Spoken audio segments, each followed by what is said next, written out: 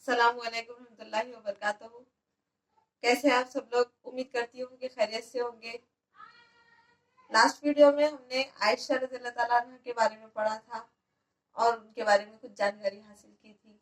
आज भी उसी के ताल्लुक से मैं आपको कुछ चंद बातें और बताना चाहती हूँ जो हजरत आयशा रज़ियल्लाहु ताला की जिंदगी से माखूज है।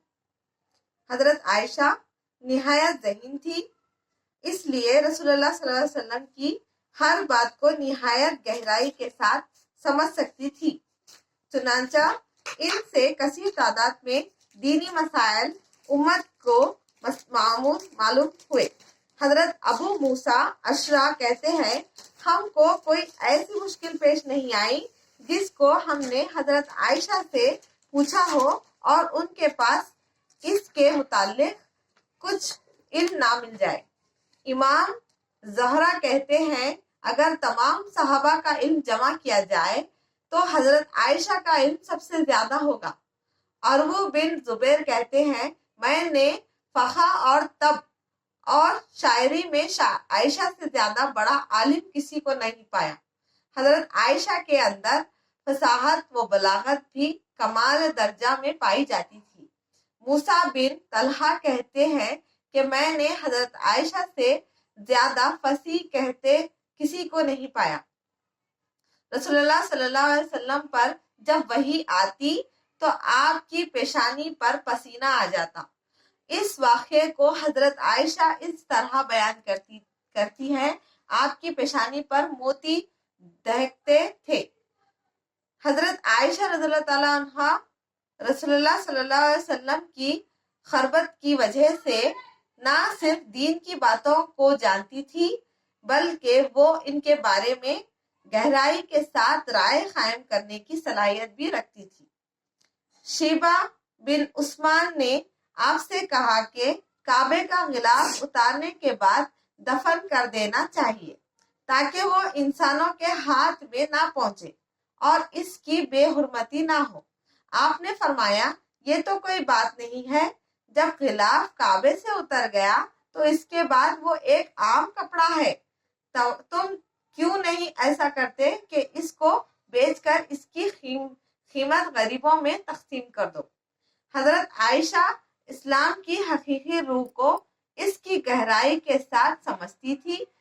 इस सिलसिले में इनके बहुत से अखवाल किताबों में नकल किए गए हैं। फजर की नमाज में सिर्फ 2 रकात फर्ज और 2 रकातें सुन्नतें रखी गई है, इसकी वजह लोगों को मालूम न थी।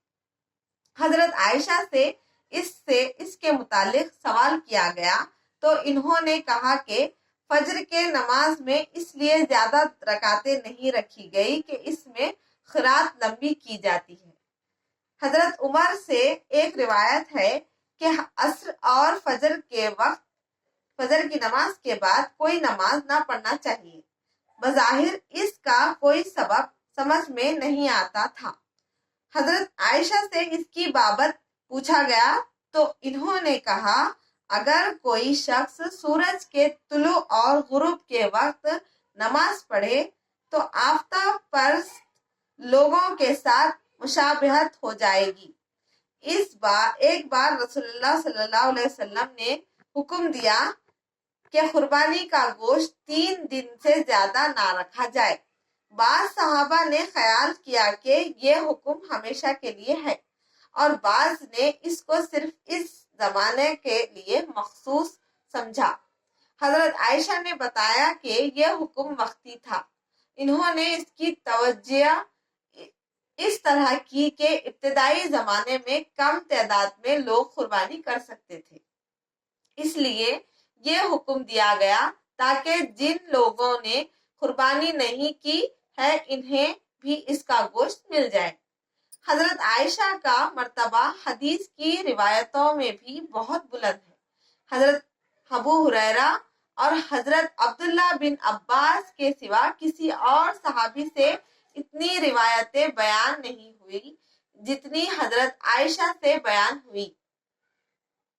हजरत अबू हुरैरा की रिवायतों की तादाद 5344 है।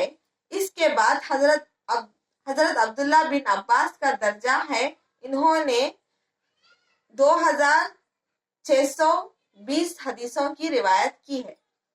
حضرت عائشہ فطرت سے 9 سال پہلے پیدا ہوئی، 508 ہجری میں ان کی وفات ہوئی۔ اس اعتبار سے وفات کے وقت ان کی عمر 63 سال تھی۔ یہ امیر معاویہ کے خلافت کا زمانہ تھا۔ حضرت ابو ہریرہ نے جنازے کی نماز پڑھائی۔ انتقال سے پہلے حضرت عائشہ نے وصیت کی تھی کہ جنت البقیع میں دفن کرنا، جہاں دوسری ازواج رسول دفن ہے۔ چنانچہ اس کے مطابق آپ کی تدفین ہوئی۔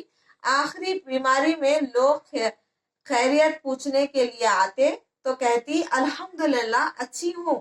اکثر فرمایا کرتی کہ کاش میں پیدا نہ ہوتی، اے کاش میں پتھر ہوتی۔ آپ کی وفات رات کے وقت ہوئی۔ آپ کے گھر پر بہت سی مشالیں روشن کی گئی۔ آنے والی عورتوں کی اتنی کثرت تھی کہ گھر کے اندر اور باہر ہجوم کا منظر دکھائی دینے لگا۔ آپ کے انتقال سے لوگ بہت غمگین ہوئے۔ مسروق کہتے ہیں کہ جی چاہتا ہے کہ میں ام المومنین کے لیے ماتم کی مجلس پر برپا کروں۔ عبداللہ بن عمر نے ایک شخص سے پوچھا کہ حضرت عائشہ کی وفات سے کس کس کو غم ہوا؟